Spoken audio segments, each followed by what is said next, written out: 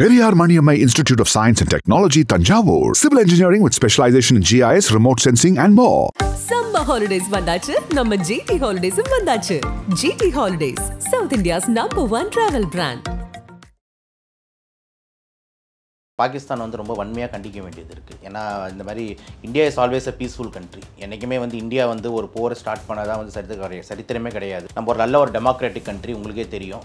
ரொம்ப எல்லா நாடுகளும் நட்பு பாராட்டக்கூடிய ஒரு நாடு வந்து பார்த்திங்கன்னா இந்தியா. ஸோ இந்த இடத்துல வந்து பஹல்காம் ஒரு பியூட்டிஃபுல் பிளேஸ் காஷ்மீரில். அங்கே வந்துட்டு அதுவும் ஒரு எப்படின்னா ஒரு சுத்தமாக வந்துட்டு ஒரு ரெஸ்பான்சிபிலிட்டி இல்லாமல் உனக்கு நிஜமாலே வந்து உனக்கு அவ்வளோ ஒரு இது இருந்ததுன்னா நீங்கள் வந்து ப்ராப்ளம் எதாவது க்ரியேட் பண்ணோன்னா நீங்கள் மோதக்கூடிய ஆள் வந்து பார்த்திங்கன்னா இராணுவம்.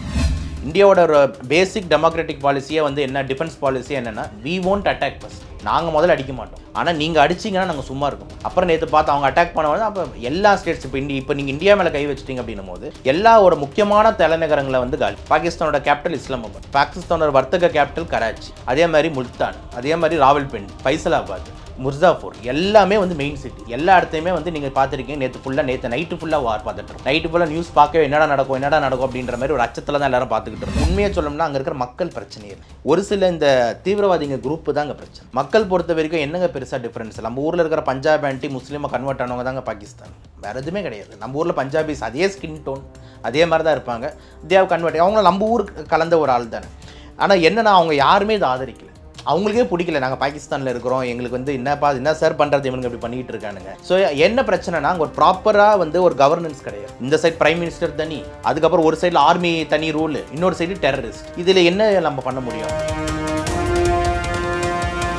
ஒரு பேஷண்ட் வந்து நம்மளுக்கு இரும்பல் ரத்தம் வந்து வருவாங்க, நிறைய பேஷண்ட் வந்து லங் கேன்சர் லாஸ்ட் ஸ்டேஜ் காப்பாத்துங்கன்னுவாங்க. அவங்களெல்லாம் வந்துட்டு ஒரு குழந்தை வந்து காயின் முழுங்கிட்டு அந்த காயினை வெளியெடுத்து நம்ம காப்பாற்றுறோம். இந்த மாதிரி ஒரு குழந்தைய வந்து காப்பாற்றி அவங்க ஃபேமிலி கிட்ட கொடுக்கறது, ஒருத்தவங்களே காப்பாற்றி அவங்க ஃபேமிலி கிட்ட கொடுக்கும்போது அவங்க வந்து நம்மளை கடவுளாக பார்க்குறாங்க. ரொம்ப சந்தோஷம் சார், எங்களை காப்பாற்றுறீங்க. அப்போ ஒரு உயிரோட வேல்யூ இதுதான் நம்ம பேசுகிறோம். அந்த உயிரை காப்பாற்றுறதுக்கு மருத்துவர்கள் கஷ்டப்பட்டு படிச்சுட்டு அந்த உயிரை காப்பாற்றுறத வந்து பெரிய போராட்டம் பண்ணி அந்த உயிரை காப்பாற்றும் போது மருத்துவர்களுக்கு ஒரு கிக்கு கிடைக்குதுல்ல. பாகிஸ்தானுக்கு மெடிசன் அனுப்புகிறோம், பாகிஸ்தானுக்கு வந்து ஆளுங்க வந்து இங்கே வராங்க, சார்க் விசா மூலியமா வராங்க, அவங்களுக்கு மெடிக்கல் டூரிசம் இருக்குது, அவங்களுக்கு மெடிசன் கொடுக்குறோம், ட்ரீட்மெண்ட் பண்ணுறோம், எல்லாமே பண்ணுறோமே. ஏன்னா டாக்டர்ஸ் வந்து பார்க்குறது அது வந்து ஒரு உயிராக தான் பார்க்கணும். எல்லாருக்கும் கிழிச்சோம்னா ஒரே கலர் ரத்தம். ஆனால் இந்த மாதிரி வந்து வாரை வந்து இவங்க இனிஷியேட் பண்ணுறது, இந்த மாதிரி நம்ம ஊர் அவங்க தாக்குறதுல இந்த தீவிரவாதிகளும் பயங்கரவாதிகளும் சரி, அதுக்கு உறுதுணையாக இருக்கக்கூடிய கவர்மெண்ட்டு, பாகிஸ்தான் கவர்மெண்ட்டு சரி, என்ன யோசிக்கணும்னா இதனால் பாதிக்கப்படுறது உங்கள் ஊர் மக்கள் தான். இந்தியா மேலே கை வச்சுனா மெடிக்கல் உங்களுக்கு எந்த ஃபெசிலிட்டியும் கிடைக்கும். அப்போ உங்கள் ஊர் மக்கள் வேற எங்கே போவாங்க? உங்கள் ஊர் மக்கள் அப்போ சைனாக்கு போகிறாங்களா? போட்டோம், ஒன்று ரொம்ப கஷ்டம். இன்னும் அவெல்லாம் விலை எக்ஸ்ட்ராவாக போடுவான். நம்ம ஊர் மாதிரி சீப்பு கிடையாது. நம்ம ஊர் மாதிரி அந்த சிறந்தா பண்ணுவாங்களான்னு கூட டவுட். இது ஒரு பிரச்சனை. அதே மாதிரி லாங்குவேஜ் பேரியர். இப்போ இந்தியாவுக்கும் பாகிஸ்தானுக்கும் காமன் லாங்குவேஜ், ஓகேங்களா? அவங்க உருது ஹிந்தின்றது ஒரு காமன் டேர்மில் வரும், ஓகேங்களா? நம்மளுக்கு வந்து அவங்க எழுதுறது தான் அரபிக் சைடில் எழுதுவாங்க தவிர நான் பேசுறது, நம்ம ஹிந்தி பேசுறது அவங்க நல்லா புரியும். இப்போ இந்தியா சாம்பியன்ஸ் லீக் அங்கே போய் ஆடலன்னு ஃபர்ஸ்ட் ஃபீல் பண்ணது பாகிஸ்தான் மக்கள் தான். சார் விராட் கோலி நேரில் பார்த்துருக்கலாமே, இந்தியன்ஸ் யாருமே இங்கே ஏன் வரமாட்டேன்றீங்க, வாங்க. ஏன்னா உங்கள் ஊரில் இருக்கிற இந்த மாதிரி பயங்கரவாதிகள். இப்போ இந்த மாதிரி இருக்கும்போது இந்தியா எப்படிங்க நட்பு பாராட்ட முடியும்? வணக்கம் மேடம். இப்போ இந்த ஆபரேஷன் சிந்து எப்படி பார்க்குறீங்க? இல்லை, ஃபர்ஸ்ட் ஆஃப் ஆல் நான் வந்து ஒரு மருத்துவர் ஆங்கிள்லேருந்து நாங்கள் எதுக்கு படிச்சிருக்கோம் அப்படின்னும் போது ஹிப்போக்ரேட்ஸ் ஊற்றினும் போது ஒரு உயிரை காப்பாற்றணுன்ற ஆங்கிளில் வந்து படித்தவர் தான் மருத்துவர். ஆனால் வந்து கண்டிப்பாக பார்த்தீங்கன்னா இந்த பாகிஸ்தான் வந்து ரொம்ப வன்மையாக கண்டிக்க வேண்டியது இருக்குது. ஏன்னா இந்த மாதிரி India is always a peaceful country. என்றைக்குமே வந்து இந்தியா வந்து ஒரு போரை ஸ்டார்ட் பண்ணதான் வந்து சரித்திரமே கிடையாது. நம்ம ஒரு நல்ல ஒரு டெமோக்ராட்டிக் கண்ட்ரி, உங்களுக்கே தெரியும். ரொம்ப எல்லா நாடுகளும் நட்பு பாராட்டக்கூடிய ஒரு நாடு வந்து பார்த்திங்கன்னா இந்தியா. ஸோ இந்த இடத்துல வந்து பஹல்காம் ஒரு பியூட்டிஃபுல் பிளேஸ் காஷ்மீரில். அங்கே வந்துட்டு அதுவும் ஒரு எப்படின்னா ஒரு சுத்தமாக வந்துட்டு ஒரு ரெஸ்பான்சிபிலிட்டி இல்லாமல் உனக்கு நிஜமாலே வந்து உனக்கு அவ்வளோ ஒரு இது இருந்ததுன்னா நீங்கள் வந்து ப்ராப்ளம் எதாவது க்ரியேட் பண்ணோன்னா நீங்கள் மோதக்கூடிய ஆள் வந்து பார்த்திங்கன்னா இராணுவம். Okay, go with the army or meet with the navy or meet with the air force. கோழைங்களாட்டம் வந்துட்டு அங்கே இருக்கிற டூரிஸ்ட் அப்பாவி மக்களுங்களை கண்மூடு தெரியாமல் எல்லாரையும் கேட்டு சுட்டிருக்காங்க. அது வந்து ரொம்ப மனசு கஷ்டம். கிட்டத்தட்ட ஒரு 26-27 பேர் வந்து அங்கே இறந்துருக்காங்க பஹல்காமில் மட்டும். அதில் எத்தனை பேர் உங்களுக்கு தெரியும் வந்துட்டு நியூலி வெட் கப்புள். ஒரு இப்போ தான் கையில் இருக்கிற மருதாணி கூட காயலன்ட்டு அவங்க அழுதுகிட்டு இருக்காங்க. சில நேவியில் வேலை செஞ்சிருந்த ஒரு ஆஃபீஸரு, இந்த மாதிரி சின்ன குழந்தைங்க வச்சுருக்கிறவங்க எல்லாருமே வந்துட்டு ஜென்ஸை டார்கெட் பண்ணி சுட்டிருக்காங்க. இது வந்து இந்த சிவிலியன்ஸை வந்து சுடுறதுன்றது வந்து ஜென்ரலாக வந்து எந்த நாடுமே பண்ணாது. எல்லாருமே வந்து சிவிலியன்ஸ் தெரியாமல் மாட்டிக்கிட்டால் கூட அவங்கள பத்திரமா பாதுகாத்து திருப்பியும் அந்த நாட்டுக்கு ஒப்படைச்சு இந்த தலைமைங்க தான் சண்டை போட்டுக்கும். அந்த இந்த வார் ஃபோர்ஸும் அந்த வார் ஃபோர்ஸ் தான் சண்டை போடுமே தவிர பப்ளிக்ஸை யாரும் இது பண்ண மாட்டாங்க. ஆனால் இப்போ கோலத்தனமாக புதுசாக என்ன பண்ணுறாங்க அப்படின்னு பார்த்தீங்கன்னா பப்ளிக்ஸை அட்டாக் பண்ணுறாங்க. இது வந்து ரொம்ப இந்தியா லெவலில் வந்துட்டு இட் ரியலி டிமாரலைஸ்ட் எவ்ரி ஒன். எல்லாருமே ரொம்ப கொந்தளிச்சாங்க. என்ன பண்ண போகிறோம் இந்தியா அப்படின்ற மாதிரி வந்து நிறைய கேள்விகள் எழுப்பப்பட்டது. அதுக்கு சரியான பதிலடி தான் ஆப்ரேஷன் சிந்தூர். ஓவரால் நைட்டில் வந்துட்டு பாகிஸ்தானில் ஒரு 8-9 இடத்த வந்துட்டு அப்போ கூட பாருங்கள், இந்தியாவோட ரொம்ப நல்ல எண்ணத்தை பாருங்கள், 8-9 இடமே எதுவுமே பப்ளிக் ஸ்பாட்டே கிடையாது. அந்த 8-9 இடமே பார்த்தீங்கன்னா தீவிரவாதிகளோட முகாம். அப்போ கூட பாகிஸ்தான் கண்ட்ரி மேலே எதுவுமே கிடையாது, பாகிஸ்தான் இராணுவத்து மேலே எதுவுமே கிடையாது. அவங்க அடித்தது எல்லாமே தீவிரவாதி முகாம்களை மட்டும்தான் அடிச்சிருக்காங்க. அப்போ என்ன சொல்ல வராங்கன்னா, we are against terrorism, not against Pakistan or Pakistan public அப்படின்றது இந்தியாவோட போல்டு ஸ்டேட்மெண்ட்டாக வந்துட்டு இருக்குது. அதுதான் எக்ஸிக்யூட் பண்ணாங்க. இப்போ தீவிரவாதிகளை அடித்து முடிச்சதுக்கப்புறம் நான் என்ன நினைக்கிறேன்னா, இப்போ பாகிஸ்தானை தான் ஆதரிக்கணும், உலக நாடுகள் அதை ஆதரிக்கணும். என்னப்பா எங்கள் ஊர்லேருந்து அடித்த பிரச்சனை இல்லை, ஆனால் நீங்கள் அடித்ததெல்லாம் டெரரிஸ்ட், நாங்கள் அதை பண்ண முடியல, நீங்களாவது வந்து பண்ணி கொடுக்குறீங்களா அப்படின்னு சொல்லிட்டு ஒன்று சைலண்டாவது விடணும். ஆனால் அந்த தீவிரவாதிகளோட உங்களுக்கு தெரியும், அந்த ஜெய்ஷி முகமதோட ஓனர் அவங்களோட ஃபேமிலி ஃபுல்லாக வந்து இறந்துருக்காக தான் நம்ம நியூஸ் எல்லாமே பார்த்தோம். நிறைய செய்திகள் வந்தது. நிறைய லட்சல தேப்பான எல்லா டெரரிஸ்ட் கேங்ஸோட கேம்ப்ஸையும் அடிச்சிருக்காங்க. அப்படின்னும் போது அவங்க ஃபேமிலி அந்த அந்த இறந்து போன அந்த டெரரிஸ்ட் அந்த கூலி படைங்களுக்கெல்லாம் வந்துட்டு பாகிஸ்தான் கொடியை போட்டு பாகிஸ்தான் ராணுவங்கள் சல்யூட் அடிக்கிறாங்க. என்ன மேம் கொடுமை இது? ஏதாவது ஒரு ஊரில் டெரரிஸ்ட்டுங்களுக்கு போயிட்டு யாராவது அந்த ஊர் கொடியை போட முடியுமா? ஒரு தேச துரோகி, டெரரிஸ்ட்ன்றது ஒரு தேச துரோகி. அப்போ நிஜமாலே பாகிஸ்தான்ன்றது ஒரு ஆன்டி டெரரிஸ்ட் கண்ட்ரி, நாங்கள் வந்து தீவிரவாதத்தை முக்கியமாக நாங்கள் வந்து எதிர்க்கிறோம் பயங்கரவாதத்தை அப்படின்னா நீங்கள் என்ன பண்ணணும்? அந்த மாதிரி நீங்கள் சுட்டிங்கப்பா ரொம்ப நல்லது அப்படின்ட்டு அதோட சைலண்டாவது விட்டுறணும். ஆனால் அப்படி இல்லாமல் திருப்பியும் வந்து இவங்க வந்து ரிட்டாலியேட் பண்ணுறாங்க. நாங்கள் எங்கள் பதிலடி பயங்கரமாக இருக்கும் அப்படின்னு சொல்லிட்டு திருப்பியும் வந்து பார்த்திங்கன்னா உங்களுக்கு தெரியும், இந்த பஞ்சாப் சைடில் வந்துட்டு again they are targeting the public. அப்பயும் திருப்பியும் பாருங்கள், ராணுவத்து கூட சண்டை போடாமல் திருப்பியும் பப்ளிக்கில் வந்துட்டு ஒரு 15-20 பேர்கிட்ட இறந்துருக்காங்க. அப்போ இந்தியா என்ன பண்ணும்? இந்தியான்றது உங்களுக்கு தெரியும் ஹைலி டெமோக்ராட்டிக்கு. வேர்ல்டில் வந்து பார்த்திங்கன்னா ஒரு 4th 5th லார்ஜஸ்ட் எக்கனாமி உள்ள ஒரு நேஷன் வந்து இந்தியா. யூஎஸ், ரஷ்யா, சைனாக்கு அப்புறம் இந்தியா இருக்குது.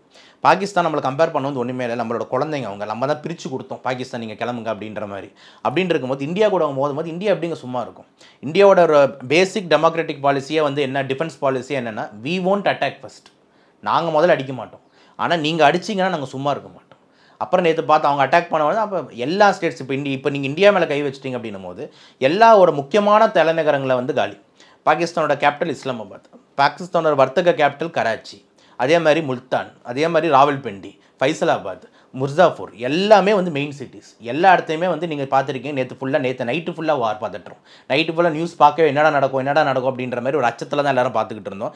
எல்லா இடத்துலையுமே வந்து பார்த்திங்கன்னா வந்து உங்களுக்கு வந்து வார் த்ரூ ஆல் த வேஸ், ஏர்வேஸையும் சரி, அதுக்கப்புறம் வந்து நேவிலையும் சரி, எல்லாமே நிறைய நியூஸ் பார்த்தவங்க. பிரதமர் வந்து காணாமல் போயிட்டார், பாதாளத்துக்கு போயிட்டார், 3-4 மினிஸ்டருக்கு பறந்து போயிட்டாங்க, ஊர்லேயே இல்லை, ராணுவ மினிஸ்டர் எங்கன்னே தெரியல, அந்த ராணுவ தளபதி எங்கன்னு தெரியல, அவரை மாற்றிட்டாங்க, புது ராணுவ தளபதி. ஒன்று ஷோராக தெரியும், எனக்கும் பாகிஸ்தான்லேருந்து ஒரு 10-15 பேஷண்ட்ஸ் இருக்காங்க, நம்மளை நம்பி இருக்காங்க. நம்மக்கிட்ட வந்து அப்போலோ அந்த மாதிரி பெரிய மருத்துவமனைக்கு வருவாங்க, நம்மளோட இடத்துக்கு வந்து பார்த்துருக்காங்க 2-3 பேஷண்ட்டு. த்ரூ இன்ஸ்டாகிராம் அப்புறம் இது மூலயமா சோஷியல் மீடியா மூலயமா வந்துட்டு கனெக்ஷன்ஸில் இருக்காங்க. அவங்களுக்கு நம்ம கன்சல்டேஷன் சொல்லுவோம், இல்லைங்க எப்படி அப்படின்ட்டு. உண்மையாக சொல்லணும்னா அங்கே இருக்கிற மக்கள் பிரச்சனையே இல்லைங்க, ஒரு சில இந்த தீவிரவாதிங்க குரூப்பு தாங்க பிரச்சனை. மக்கள் பொறுத்த வரைக்கும் என்னங்க பெருசாக டிஃப்ரென்ஸ்? நம்ம ஊரில் இருக்கிற பஞ்சாப் ஆன்டி முஸ்லீமை கன்வெர்ட் ஆனவங்க தாங்க பாகிஸ்தான், வேறு எதுவுமே கிடையாது. நம்ம ஊரில் பஞ்சாபிஸ் அதே ஸ்கின் டோன் அதே மாதிரி தான் இருப்பாங்க, தேவ் கன்வெர்ட், அவங்க நம்ம ஊருக்கு கலந்த ஒரு ஆள் தானே. ஆனால் என்னென்னா அவங்க யாருமே இதை ஆதரிக்கலை, அவங்களுக்கே பிடிக்கல. நாங்கள் பாகிஸ்தானில் இருக்கிறோம், எங்களுக்கு வந்து என்ன சார் பண்ணுறது, இவனுங்க இப்படி பண்ணிகிட்டு இருக்கானுங்க. ஸோ என்ன பிரச்சனைனா, அங்கே ஒரு ப்ராப்பராக வந்து ஒரு கவர்னன்ஸ் கிடையாது. அந்த கவர்மெண்ட்டு கீழே தான் வந்துட்டு நம்ம ஊரில் பாருங்கள் ஒரு சென்ட்ரல் கவர்மெண்ட் இருக்குது, அது கீழே நம்ம எல்லாருமே இயங்கிக்கிட்டு இருக்கோம், ஓகேங்களா. ஸ்டேட் கவர்மெண்ட், அதுக்கு கீழே போலீஸ் ஃபோர்ஸ், சென்ட்ரல் கவர்மெண்ட் கீழே ஆர்மி, இந்த மாதிரி இயங்கிக்கிட்டு இருக்கும். ஆனால் அங்கே பார்த்தீங்கன்னா 3 முக்கோணத்தில் இருக்குது. இந்த சைட் பிரைம் மினிஸ்டர் தனி, அதுக்கப்புறம் ஒரு சைடில் ஆர்மி தனி ரூல், இன்னொரு சைடு டெரரிஸ்ட். இதில் என்ன நம்ம பண்ண முடியும்? ஸோ இதில் வந்து பாதிக்கப்படுறது அப்பாவி பொதுமக்கள் தான். இதை வந்து அந்த ஊரில் இருக்கிறவங்க வந்து முதல்ல புரிஞ்சுக்கணும். இதை தான் நம்ம முதல்கிட்ட பாருவோம். ஆனால் நான் சொல்கிறேன் சார், டாக்டராக வந்து என் மனசு ரொம்ப வலிக்குது. ஏன்னா வார நோய் நம்ம ஒரு உயிரை காப்பாற்றுறதுக்கு போராடி இருக்கோம். இப்போ ஒரு பேஷண்ட் வந்து நம்மளுக்கு இரும்பல் ரத்தம் வந்து வருவாங்க, நிறைய பேஷண்ட் வந்து லங் கேன்சர் லாஸ்ட் ஸ்டேஜ் காப்பாற்றுங்கன்னுவாங்க. அவங்களெல்லாம் வந்துட்டு ஒரு குழந்தை வந்து காயின் முழுங்கிட்டு அந்த காயினை வெளியெடுத்து நம்ம காப்பாற்றுறோம். இந்த மாதிரி ஒரு குழந்தைய வந்து காப்பாற்றி அவங்க ஃபேமிலி கிட்ட கொடுக்கறது, ஒருத்தவங்களையும் காப்பாற்றி அவங்க ஃபேமிலி கிட்ட கொடுக்கும்போது அவங்க வந்து நம்மளை கடவுளாக பார்க்குறாங்க. ரொம்ப சந்தோஷம் சார், எங்களை காப்பாற்றுறீங்க. அப்போ ஒரு உயிரோட வேல்யூ, இதுதான் நம்ம பேச வேண்டியது இருக்குது. அந்த உயிரை காப்பாற்றுறதுக்கு மருத்துவர்கள் கஷ்டப்பட்டு படிச்சுட்டு அந்த உயிரை காப்பாற்றுறத வந்து பெரிய போராட்டம் பண்ணி அந்த உயிரை காப்பாற்றும் போது மருத்துவர்களுக்கு ஒரு கிக்கு கிடைக்குதுல்ல, அந்த போதை எங்கேயுமே கிடைக்கிறது இல்லை. அந்த போதை தான் வந்துட்டு மருத்துவர்களுக்கு கிடைக்கிற போதை. ஆனால் இப்போ நம்ம கண்ணால் வந்துட்டு இந்த மாதிரி ஒரு விஷயங்கள் பார்க்கும்போது மனசு ரொம்ப வலிக்குது, என்னடா இது அப்படின்ட்டு. ஆனால் நம்ம வேறு வழி இல்லாத ஒரு சுச்சுவேஷனில் இருக்கும். ஓகேங்களா, நம்மளுக்கு வந்து என்ன சார் பாகிஸ்தான் பார்த்தீங்கன்னா உங்கள் மக்கள் உங்களுக்கு வந்து பாசம் இல்லையா இது இல்லையா, நம்ம ஊர் ஆளுங்களை அடிச்சிட்டாங்களேப்பா. நம்ம ஊர் ஆளுங்க 26 பேர் என்ன பாவம் பண்ணாங்க, நம்ம ஏதாவது ஆரம்பித்தோமா? 26 பேர் அவங்க வந்து இப்போ பூந்து அடிக்கிறாங்க அப்படின்னும் போது நம்ம வேறு வழி இல்லாமல் ரிட்டாலியேட் பண்ண வேண்டியதாக இருக்குது. சரி, ரிட்டாலியேட் பண்ணதோடு அதோடு முடிஞ்சிருக்கணும் தீவிரவாதிகள் முகாம். நான் என்ன நினைக்கிறேன்னா, they should solve this problem. ஒரு பேச்சுவார்த்தை மூலியமாவோ என்னவோன்னு சொல்லி நீங்கள் வந்தீங்க, இதுக்கப்புறம் ஸ்ட்ரிக்டாக நீங்கள் இருங்க அப்படின்ற மாதிரி சால்வ் பண்ணுன்றது நம்ம முதல் பார்வையாக இருக்குது. ரொம்ப வருத்தமாக இருக்குது ஒரு டாக்டராக அதை பார்க்கும்போது. ஸோ நீங்கள் மென்ஷன் பண்ணீங்க எஸ்பெஷலி பாகிஸ்தான்லேருந்து இங்கே வராங்க நிறைய மெடிசன்ஸ். ஆமாம், ரீசெண்ட்லி வந்து பாகிஸ்தான் பர்சன் நிறைய பேர் நம்ம திருப்பி அனுப்பிட்டு. ஆமாம், அதில் நிறைய எமோஷனல் ஸ்டோரிஸ் வெளியில் வருது. ஆமாம், மெடிக்கலுக்காக வந்தோம், இப்போ நீங்கள் அவசரமாக அனுப்புறீங்க, நாங்கள் எங்கே போகிறது, என்ன அரேஞ்ச்மெண்ட்ஸ் பண்ணிக்கிறது. ஸோ அந்த சிச்சுவேஷன்ஸ் பார்க்கும்போது how do you feel? ரொம்ப டாக்டர் ரொம்ப கஷ்டம் மேடம். ஏன்னா வந்து ஏன்னா இந்தியா பொறுத்த வரைக்கும் ஒரு மெடிக்கல் டூரிசமோட ஒரு சூப்பர் கேபிட்டல் ஏஷியாவில். இந்தியா மாதிரி மெடிக்கல் இன்ஃப்ராஸ்ட்ரக்சர் வந்துட்டு எந்த ஊர்லேயுமே அந்தளவுக்கு கிடையாது. ஓப்பனாக சொல்கிறேன், நான் வந்து யூகே போயிருக்கேன், இந்த யூரோப் ஃபுல்லாக சுற்றிருக்கேன். யூரோப்பில் ஒரு வாட்டி எனக்கு உடம்பு சரியில்லை, நான் டக்குன்னு ஹாஸ்பிட்டல் போகும்போது எனக்கு வந்து எனக்கு ட்ரீட்மெண்ட் தெரியும், அந்த ட்ரீட்மெண்ட்டை அவங்க பண்ணக்கூட மாட்டாங்க. அட்மிஷன்ஸ்க்கு உட்கார வைப்பாங்க, எத்திக்கல் மெத்தட்ஸ் ஃபாலோ பண்ணுவாங்க. மாத்திரைங்க நீங்கள் டேரெக்டாக ஃபார்மசியில் போய் வாங்கினீங்கன்னா இந்தியாவில் வந்து இந்த மாத்திரை 5 ரூபா 10 ரூபானா அங்கே வந்து அப்படியே 10,000 ரூபான்னு இருக்கும். 10 மடங்குல 100 மடங்கு விலைகள் அதிகமாக இருக்கும். ஓகேங்களா, அங்கே எல்லாமே இன்சூரன்ஸ் பேஸில் மட்டும்தான் அங்கே வேலை செய்யும். எதுவுமே வந்து பார்த்தீங்கன்னா ப்ரைவேட்டுன்னு டேரெக்டாக போனீங்கன்னா you will be charge very highly. So ஏன் நான் சொல்கிறேன்னா, அப்போ தான் நான் ரியலைஸ் பண்ணேன், டேய் நம்ம ஊர் எவ்வளோ சூப்பர்ரா. நம்ம இன்றைக்கி நினச்சேன்னா, இன்றைக்கி நீங்கள் நினச்சிங்கன்னா உங்களுக்கு ஒரு வயிறு ப்ராப்ளம்னா நீங்கள் ஒரு கேஸ்ட்ரோ டாக்டர் பார்க்க முடியும். உங்களுக்கு ஒரு ஹார்ட் ப்ராப்ளம் இன்றைக்கி நினச்சிங்கன்னா நீங்கள் ஒரு கார்டியாலஜிஸ்ட்டை பார்க்க முடியும். இன்றைக்கி நினச்சிங்கன்னா நீங்கள் ஒரு நுரையீரல் டாக்டரை பார்க்க முடியும். ஆனால் அமெரிக்காலேயோ இல்லை யூகேலையோ நீங்கள் வந்து ஒரு கார்டியாலஜிஸ்ட்டை பார்க்கணுன்னா 6 மாதம் ஆகுது. ஒரு பல்மனாலஜிஸ்ட்டை பார்க்கணும் 6 மாதம் ஆகுது. ஃபஸ்ட்டு லைன் ஆஃப் கான்டாக்ட் அவங்க மெடிக்கல் இன்ஃப்ராஸ்ட்ரக்சர் அப்படின்னா ஒரு பேசிக் MBBS டாக்டர் தான் நீங்கள் முதல்ல பார்க்கணும். அது முடிச்சதுக்கப்புறம் அவங்க ஏதாவது டவுட்னா தான் அவன் வச்சு செய்வான் உங்களை 6 மாதம். அவனுக்கு ஏதாவது சரிப்பட்டு வர்றதுனா தான் ஸ்பெஷலிஸ்ட் கிட்ட அப்பாயின்மெண்ட் வாங்கி தருவான். ஸ்பெஷலிஸ்ட்டுக்கு வர கிடைக்கிற அப்பாயின்மெண்ட்டுக்கு ஒரு 3 மாதம் ஆகுது. ஏன் நான் சொல்கிறேன்னா, this is the India. Okay, இந்தியாவில் வந்து மெடிக்கல் இன்ஃப்ராஸ்ட்ரக்சர் அவ்வளோ அதிகம். ரெண்டாவது, இந்தியாவில் வந்து பார்த்திங்கன்னா சீப் அண்ட் பெஸ்ட்டு குவாலிட்டி. இங்கே வந்து ஈரலை மாத்திரம், கிட்னியை மாத்திரம், ஹார்ட்டை மாத்திரம். இப்போ ஏகப்பட்ட அரப் கண்ட்ரிஸ், இப்போ எக்ஸாம்பிளில் UAE, துபாயிலேருந்தோ சவுதியிலேருந்தோ ஈஜிப்ட்லேருந்தோ இந்த ஏரியாஸ் எல்லாத்துலேயுமே வந்து மெடிக்கல் டூரிசமுக்கு வர கண்ட்ரி இந்தியா தான். ஏன்னா அதே லிவர் அவங்க ஊரில் மாத்திரானா 4 கோடி 5 கோடி ஆகுதுன்னா நம்ம இந்தியாவில் அதை 40 லட்சத்துக்கு பண்ண முடியும். ஸோ 10 மடங்கு இங்கே விலை கம்மியாக இருக்குது. அதே மாதிரி குவாலிட்டி சூப்பராக இருக்குது. அப்படின்னும் போது ஒரு பெரிய மெடிக்கலோட கேபிட்டல் ஆஃப் இந்தியா. அதே மாதிரி ஃபார்மசி வைஸ் மருந்துங்க இருக்குல்ல, மாத்திரைங்க, இந்த மாத்திரைங்களை வந்து சப்ளை பண்ணுறதுல இந்த Asia chains of countries like Pakistan, Afghanistan, Sri Lanka, Thailand எல்லாத்துக்கும் சப்ளை, ஆஃப்ரிக்கன் கண்ட்ரிஸ் எல்லாத்துக்குமே இந்தியாவோட ஃபார்மாஸ் ரொம்ப ஸ்ட்ராங்கு. இந்தியாவில் வந்து பெரிய பெரிய ஜாம்பவான் ஃபார்மாஸ் இருக்குது, அவங்க எல்லாருக்குமே சப்ளை பண்ணுறாங்க. இப்போது இந்த வர்த்தக இந்த போர்னால என்ன ஆகுதுன்னா, பாகிஸ்தானுக்கும் இந்தியாவுக்கு வர்த்தகம் துண்டிக்கப்படுது அப்படின்னு அறிவிச்சிட்டாங்க. அப்போ இந்தியாவிலேருந்து பாகிஸ்தானுக்கு எந்த மருந்து சப்ளையும் கிடையாது. பாகிஸ்தான்கிட்ட பெருசாக ஃபார்மசூட்டிக்கல்ஸ் கிடையாது, பெருசாக அவங்களே ஓனாக மருந்து தயாரிக்கிறது. நல்ல உதாரணம் கொரோனா அப்போது எந்த நாடு வந்து ஓனாக வேக்சின் தயாரிச்சுது, எந்த நாடு அவங்க மக்களுக்கு இலவசமாக வேக்சின் போட்டுது, எந்த நாடு நம்ம மக்களுக்கு போட்டு மற்ற ஊர் ஜனங்களுக்கெல்லாம் வேக்சின் அனுப்பிச்சி விட்டுதுன்னு பார்த்தீங்கன்னா இந்தியா. இந்தியாவோட ஓன் பாரத் பயோடெக்கோட கோவேக்சின், கோவிஷீல்டு இந்தியாவே தயாரிக்குது. மக்கள் எல்லாருக்கும் வந்து இலவசமாக போட்டுச்சு, 2 டோஸு பூஸ்டர் டோஸ் எல்லாருக்கும் இலவசமாக போட்டுச்சு. அதுக்கப்புறம் உலக நாடுகளுக்கும் அமுச்சு விட்டுது. அந்தளவுக்கு வந்துட்டு இந்தியாவோட மெடிக்கல் இன்ஃப்ராஸ்ட்ரக்சர் அவ்வளோ ஸ்ட்ராங். ஓகேங்களா, அதில் மாற்றுக்கிறதே கிடையாது. டாக்டர்ஸும் நல்ல டேலண்டட். எல்லா ஊர்லேயும் ஃபாரின் கண்ட்ரிஸ் எடுத்து பார்த்தீங்கன்னா ஃபஸ்ட்டு ஹையர் ஆகிற டாக்டர் இந்தியன் டாக்டர்ஸ் இருப்பாங்க. இப்போ நீங்கள் UAE போங்க, கல்ஃப் போங்க, எங்கே வேணால் போங்க, Indian doctors. Philippines, Australia side போங்க, இந்தியன் டாக்டர்ஸ்.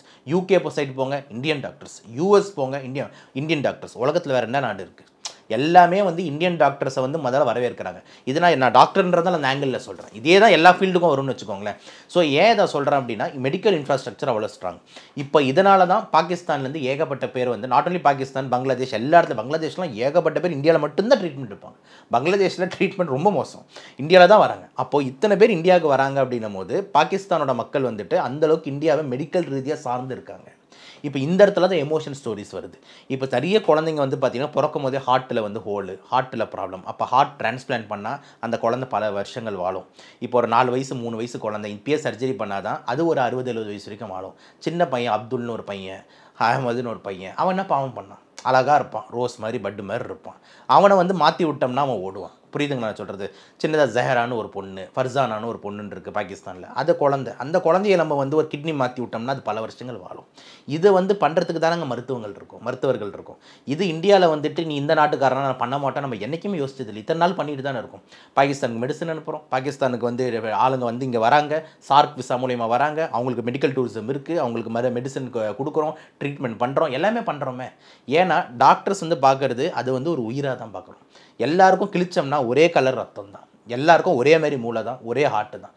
எக்ஸ்டர்னல் தான் மாறுது, போடுற ட்ரெஸ்ஸு, குல்லா, தாடி, நாமம், பட்டை இதை தான் மாறிக்கிட்டு இருக்கே தவிர மனுஷங்களாம் பார்த்தீங்கன்னா ஒரே மனுஷன். ஸோ நம்மளுக்கு எந்த ப்ராப்ளம் இல்லை.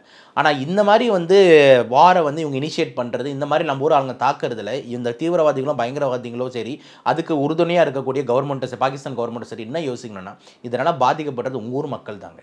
ஓகேங்களா? ஏன்னா இப்போ இந்தியா வேறு வழி இல்லை.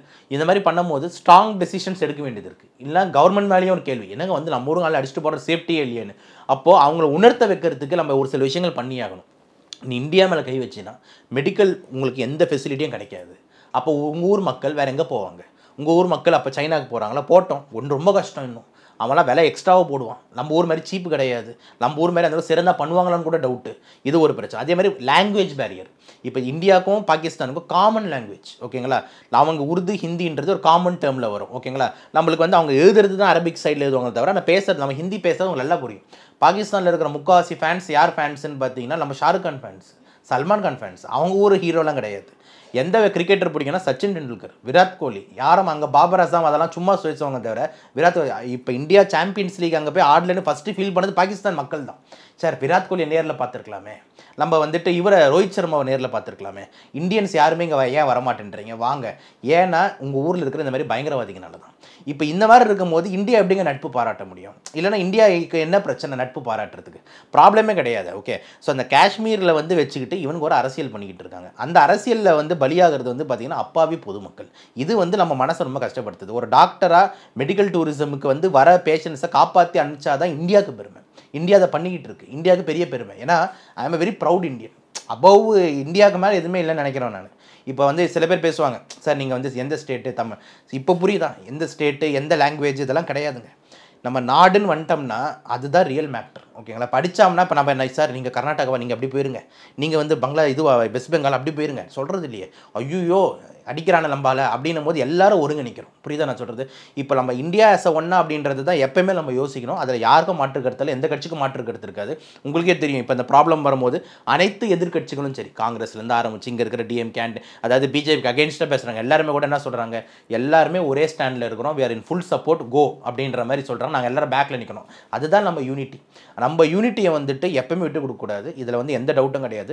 இன்னொரு விஷயமும் சொல்கிறேன், இது சில பேர் இந்த பார்ட்டிஷன் பேசுகிறாங்களே, தனியாக நம்ம தனி தமிழ்நாடு ஆகிக்கலாம், தனி இது ரொம்ப டேஞ்சருங்க. எப்போ வரைக்கும் நம்ம யூனிட்டியாக இருக்கிறோமோ அதுதான் நம்மளோட பெரிய ஸ்ட்ரென்த்து. நம்மளாம் தனி நாடாக ஆகிட்டோன்னு வச்சுக்கோங்களேன், என்றைக்கு சைனா நம்மளை உள்ளே வருவான்னு தெரியாது. நைஸாக ஃப்ரெண்டு மாதிரி உள்ளே வந்து அடுத்து வந்து சைனா கீழே தான் தமிழ்நாடுன்னு இருக்கும். புரிஞ்சிருச்சா சொல்கிறது? அதுக்கப்புறம் இவங்க யூஎஸ் கீழே தான் இதுன்னு அவங்கவுங்க பேஸ் பண்ண யாருமே தனியாக போகாதீங்க. India is India. இந்தியாவில் நம்ம இருக்கிறது தான் சேஃப். இந்தியா மாதிரி சேஃபான கண்ட்ரி நான் பார்க்கல, ஓப்பனாக சொல்கிறேன். நம்ம ஊரில் இருக்கிற ஒரு சந்தோஷம் நம்மளுக்கு எந்த ஊர்லேயும் கிடைக்காது. நிறைய ஊர் சுற்றி இருக்கேன், சுத்தல் நல்லாயிருக்கும், ஒரு செல்ஃபி எடுத்து போடலாம், ஒரு அட்வென்ச்சர் பண்ணலாம். திருப்பியும் நம்ம ஊரில் இருக்கிற உரிமை எங்கேயுமே கிடைக்காது. எல்லா ஆங்கிலையும் சொல்கிறேன். மெடிக்கல் ஃபெசிலிட்டி, பேச்சு சுதந்திரம், நம்ம கருத்து சுதந்திரம், ஆடை சுதந்திரம், என்ன சுதந்திரம் நம்மளுக்கு இல்லை. நம்ம நினச்சா என்ன வேணால் நம்ம சோஷியல் மீடியாவில் போட முடியுது, பேச முடியுது, சம்பாதிக்க முடியுது, எல்லாமே பண்ண முடியும். அதனால் வந்துட்டு தயவு செஞ்சு யாருமே இந்தியாவுக்கு அகெயின்ஸ்டாக பேசாதீங்க. இந்த டைமில் நம்ம இந்திய ராணுவத்தோட கூட நிற்கணும், இந்தியன் கவர்மெண்ட்டோட கூட நிற்கணும். அதில் எந்த மாற்று கருத்தும் இல்லை. ஆஸ் அ டாக்டராக வலிக்கிறதுனால வலிக்குது, அந்த மக்களை பார்த்து வலிக்குது, அதோட ஆதங்க நான் படுறேன்.